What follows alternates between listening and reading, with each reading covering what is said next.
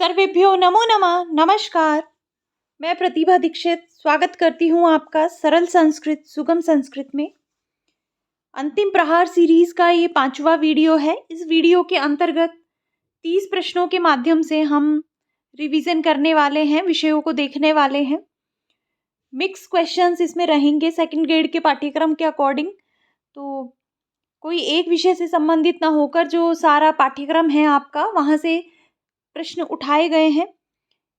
इससे पूर्व इस अंतिम प्रहार सीरीज के 4 वीडियोस अपलोड हो चुके हैं। अगर आपने पहले वाले वीडियोस नहीं देखे हैं तो आप second grade, third grade important topics नाम से एक प्लेलिस्ट बनाई गई है, वहाँ से उन्हें देख सकते हैं, या फिर आरपीएससी सेकंड ग्रेड नाम की प्लेलिस्ट से भी देख सकते हैं इस सीरीज के वीडियो। इसके अतिरिक्त अगर आप डिटेल में आरपीएससी सेकंड ग्रेड के लिए पढ़ना चाहते हैं, अगर आप पहले से हमसे जुड़े हुए नहीं हैं, पहली बार चैनल पर आए हैं, तो सेकंड ग्रेड की प्लेलिस्ट में आपको बहुत सारे लगभग 130-32 वीडियोस हैं, जहां पर हमने डिटेल में रिवीजन में सब तरीके से सेकंड ग्रेड के लिए अध्ययन किया है, तो आप उन कक्षाओं को भी देख सकते हैं।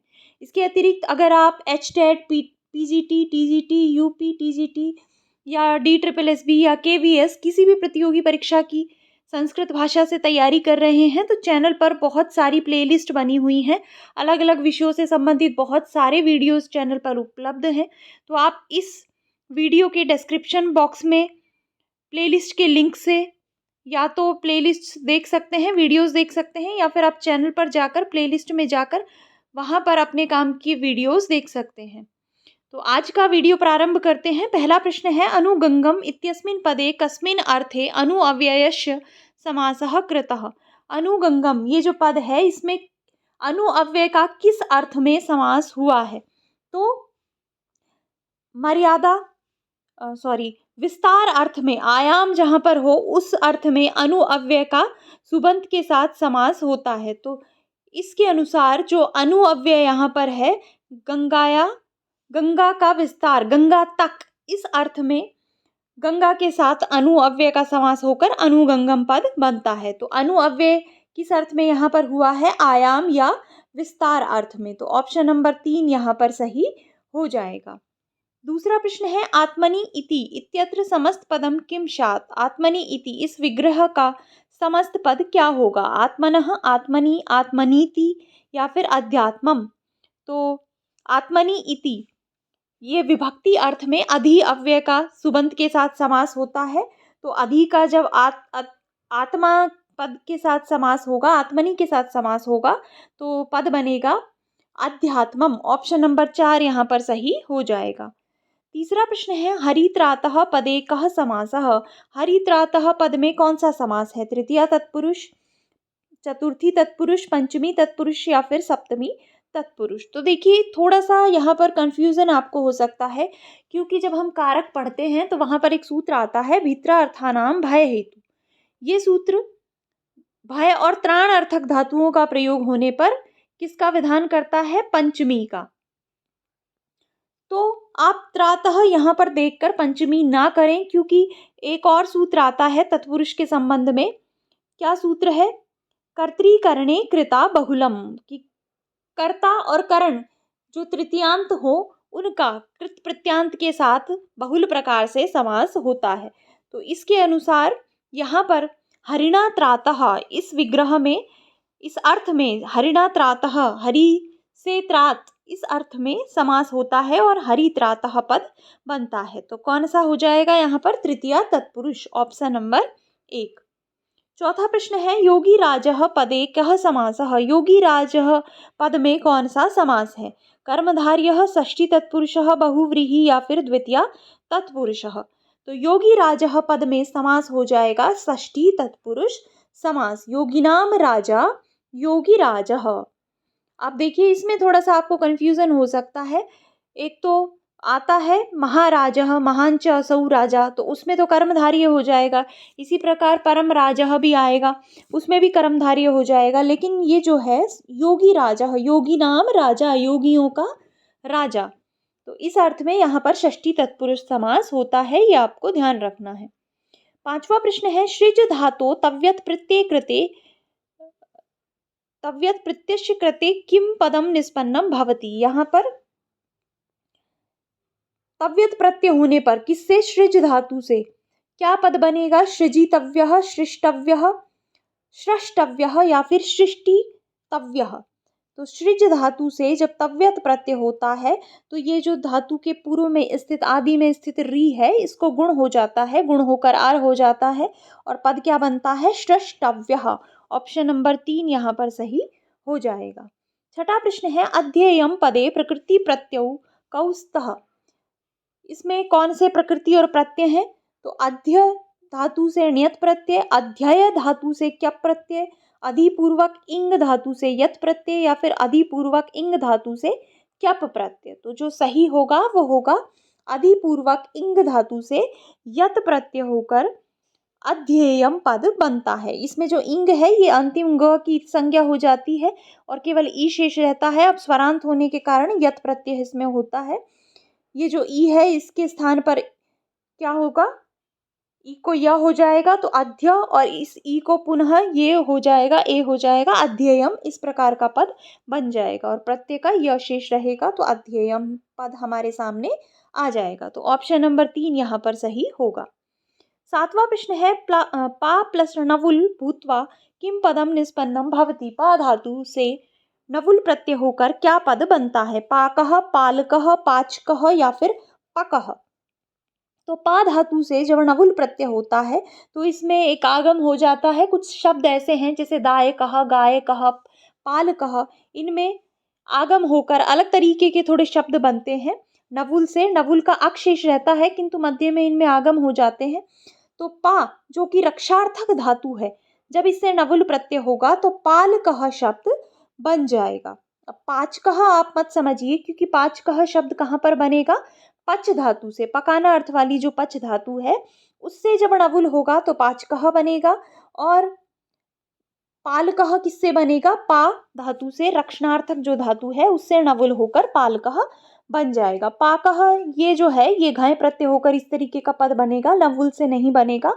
और पकः कोई शब्द होता ही नहीं। आठवां प्रश्न है घ संज्ञकौ प्रत्यय स्तः। घ संज्ञक प्रत्यय कौन से हैं, त, तव, तु, शत्रिशानच, त्वाल्यप या फिर तरप और तमप। तो घ संज्ञा किसकी होती है, किसको घ संज्ञक प्रत्यय कहा जाता है, तरप और तमप को। तो ऑप्शन नंबर 4 यहाँ पर सही हो जाएगा। नवा प्रश्न है वारी शब्दस्य प्रथमा विभक्ति द्विवचने रूपम स्यात्। वारी शब्द का प्रथमा विभक्ति द्विवचन का रूप क्या होगा, वारिणी, वारिणी, वारिणी या फिर वारी। तो देखिए वारी शब्द के रूप थोड़े अलग तरीके से चलते हैं। ये जो पहला है वारिणी, ये है प्रथमा विभक्ति द्वितीया, ये है प्रथमा विभक्ति बहुवचन का पद। और ये जो वारिणी है ये किसका है, ये है सप्तमी विभक्ति में इस तरीके का पद बनता है, प्रथमा बहुवचन में इस तरीके का पद बनता है और प्रथमा द्विवचन में बनता है इस तरीके का पद, वा, री और बड़ा णी। तो यहाँ पर ऑप्शन नंबर 3 सही हो जाएगा। और वारी ये कोई शब्द ही नहीं होता, इस प्रकार का कोई रूप वारी शब्द का नहीं होता। तो यहाँ पर सही ऑप्शन क्या है, सही ऑप्शन है ऑप्शन नंबर 3। बहुत इंपॉर्टेंट है वारी का शब्द रूप, तो ये आपको याद होना चाहिए अच्छे से। 10वां प्रश्न है सर्व शब्दस्य स्त्रीलिंगे पंचमी विभक्ति एक वचने रूपम स्यात्। सर्व शब्द का स्त्रीलिंग प्रथमा विभक्ति पंचमी विभक्ति एक वचन का रूप क्या होगा, सर्वस्मात्, सर्वया, सर्वस्या या फिर सर्वयो। तो स्त्रीलिंग पंचमी विभक्ति एक वचन का रूप हो जाएगा सर्वस्यः, ऑप्शन नंबर 3। 11वां प्रश्न है क्री धातु लोट लकार मध्यम पुरुष एक वचने किम रूपम स्यात्। क्री धातु का लोट लकार मध्यम पुरुष एक वचन में क्या रूप बनेगा, कुरुषे, अकुरुथा, कुर्वीथा या फिर कुरुष्व। तो देखिए ये जो है क्री धातु ये उभयपदी धातु होती है, तो इसके रूप परस्मैपदी में भी चलते हैं और आत्मनेपद में भी चलते हैं। तो यहाँ पर जो ये ऑप्शंस हैं इनके अकॉर्डिंग ये आत्मनेपद में पूछा जा रहा है आपसे। तो क्री धातु का आत्मनेपद का लोट लकार मध्यम पुरुष एक वचन का रूप क्या बनेगा, देखिए इसके रूप कैसे चलते हैं लोट लकार में, कुरुताम, कुर्वाताम, कुर्वताम, कुर्वस्वम, कुरुष्व, कुर्वाथाम, कुरुत्वम। तो क्या हो जाएगा, मध्यम पुरुष एक वचन में रूप हो जाएगा कुरुष्व। ऑप्शन नंबर 4 यहाँ पर सही हो जाएगा। तो देखिए क्री जो उभयपदी धातुएं आपके सिलेबस में हैं उनके आपको आत्मनेय पद और परस्मयी पद दोनों के रूप याद रखने हैं, क्योंकि वहाँ पर अगर स्पेशली लिखा गया है कि आत्मनेय पद में ये धातु, परस्मयी पद में ये धातु, तब तो आपको उसी पद के याद करने हैं। लेकिन अगर सिर्फ धातु दी गई है और वो उभयपदी धातु है, लिखा नहीं गया है स्पेशली, तो आपको फिर उसके आत्मनेय पद और परस्मयी पद दोनों ही याद करने हैं।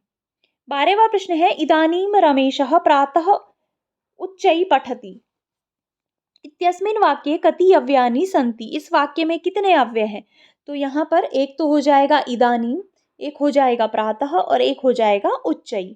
इसके अतिरिक्त रमेशः कर्ता है और पठति क्रिया है। ये 3 अव्यय इसके अंतर्गत हैं। तो यहाँ पर सही हो जाएगा ऑप्शन नंबर 2।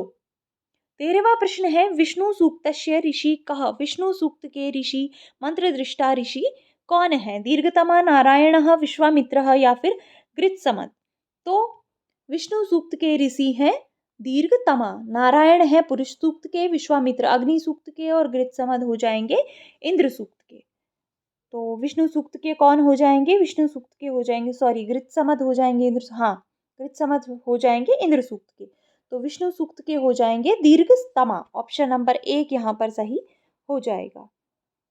14वां प्रश्न है, स देवाम इह वक्षति इत्यत्र सह पदेन को देवो अभिप्रेतः। वह देवों को यहाँ पर लाए। ये जो मंत्र है इसमें सहपद किस देवता के लिए कहा गया है? सहपद से क्या तात्पर्य है? कौन से देव का तात्पर्य है? विष्णु, अग्नि, इंद्र या फिर पुरुषः। तो ये सहपद कहा गया है अग्नि के लिए। तो ऑप्शन नंबर 2 यहाँ पर सही हो जाएगा।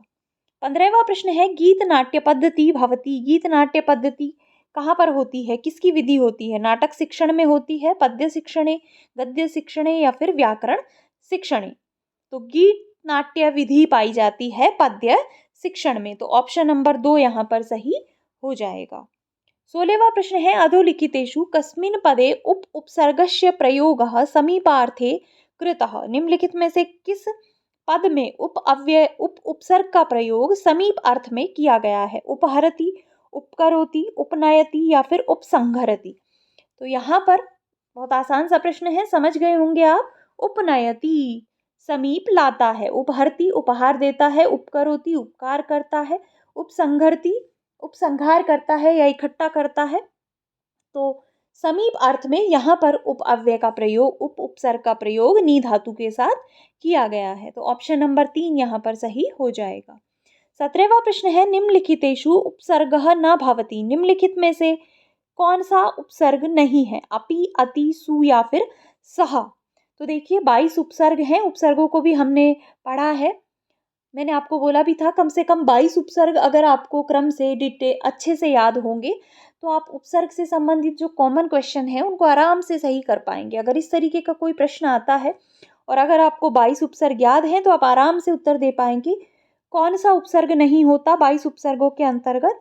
तो सह कोई उपसर्ग नहीं होता। तो ऑप्शन नंबर 4 यहाँ पर सही हो जाएगा। 18वां प्रश्न है, प्रस्तुतानाम अप्रस्तुतानाम वा पदार्थानाम एक धर्माभिसंबंधः कस्मिन् अलंकारे भवति। प्रस्तुतों का और अप्रस्तुतों का, प्रस्तुतों का अथवा अप्रस्तुतों का एक धर्म से अभिसंबंध किस अलंकार में होता है? दीपके, तुल्य योगितायाम, निदर्शनायाम या फिर अर्थांतरन्यासे। तो या तो प्रस्तुतों का या अप्रस्तुतों का एक धर्म से संबंध पाया जाता है तुल्य योगिता में। तो ऑप्शन नंबर 2 यहाँ पर सही हो जाएगा। 19वां प्रश्न है, मृच्छकटिक नाटके विदूषकस्य नाम किम वर्तते। मृच्छकटिक नाटक में विदूषक का क्या नाम है? मांडव्यः, वसंतकः, मैत्रेयः या फिर गौतमः। तो मृच्छकटिक के विदूषक का नाम है मैत्रेय। चारुदत्त बार बार उनको आर्य मैत्रेय करके संबोधित करता है। तो ऑप्शन नंबर 3 यहाँ पर सही हो जाएगा।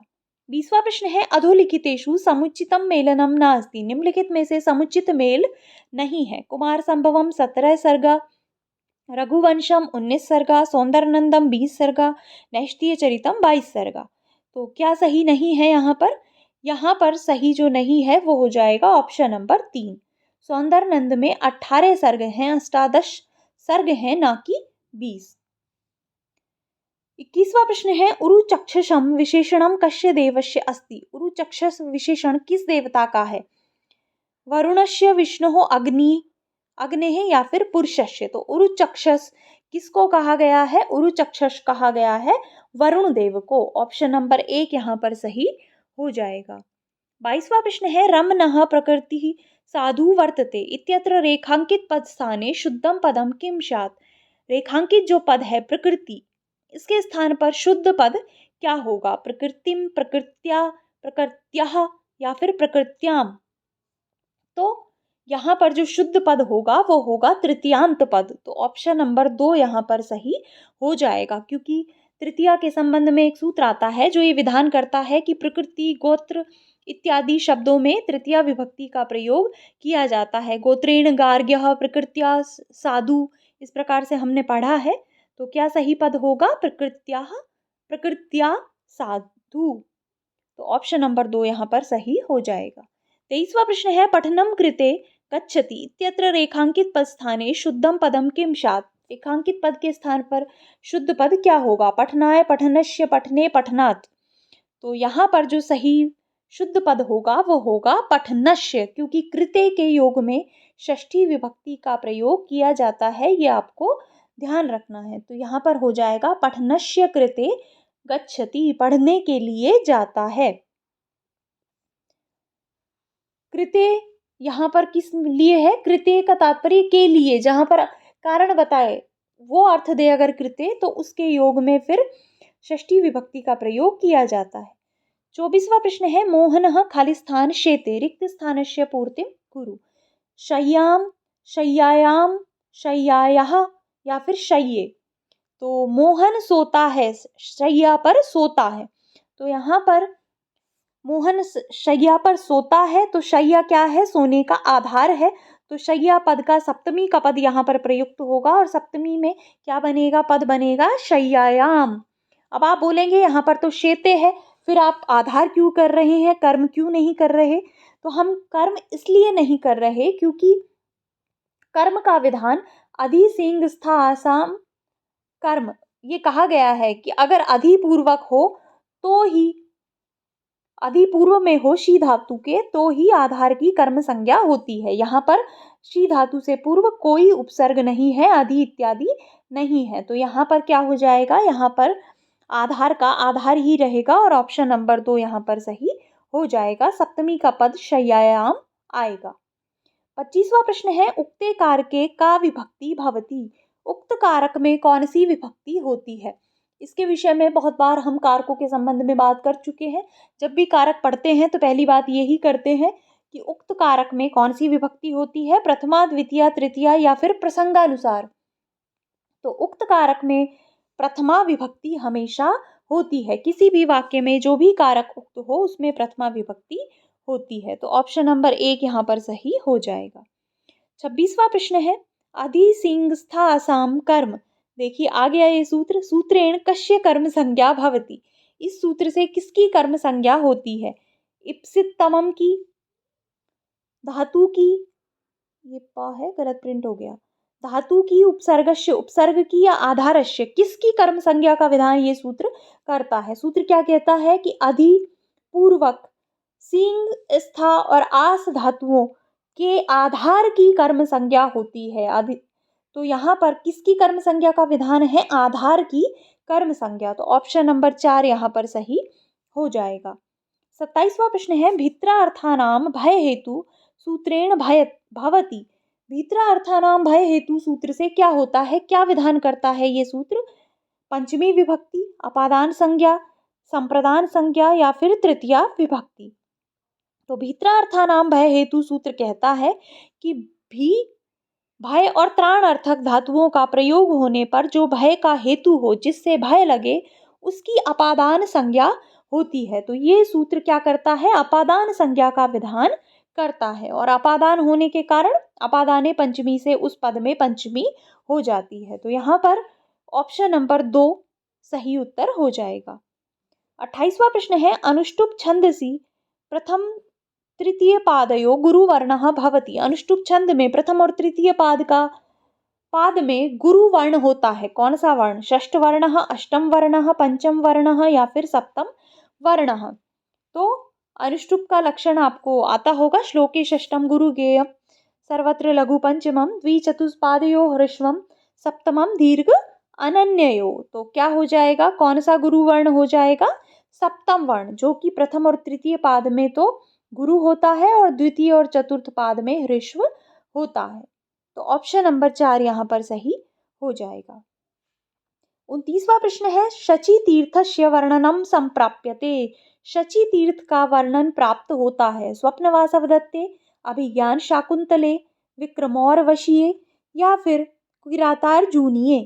तो शची तीर्थ का वर्णन किया गया है कहाँ पर? अभिज्ञान शाकुंतल में। कहाँ पर वर्णन आता है कि जो शकुंतला है उसकी अंगूठी गिर जाती है। कहाँ गिरती है? वो शची तीर्थ में ही गिरती है। और शची तीर्थ का जो मछुआरा है वो आकर एक धीवर को जब राज दरबारी पकड़ के राजा के पास लाते हैं तो वो बताता है कि इस तरीके से मैंने एक मछली पकड़ी थी, उसके पेट से मुझे ये मुद्रिका मिली है। तो शची तीर्थ का वर्णन कहाँ पर है? शची तीर्थ का वर्णन है अभिज्ञान शाकुंतल में।